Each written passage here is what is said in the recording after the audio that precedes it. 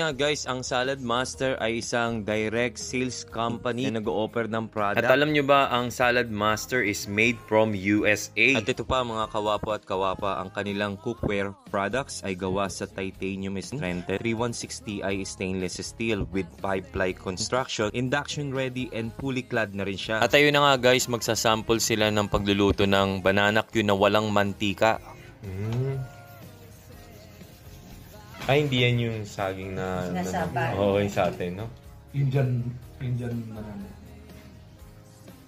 So once again guys, welcome to Salad Master Health Technology. So ayun na nga guys, ang Salad Master began in 1946 with the vision of one entrepreneur, Harry Lemons. At ayun na nga guys, ang ating kabayan ay patuloy na nagde-demo ng ating product ng Salad Master. Into 20 minutes. So, 10 minutes remaining siya.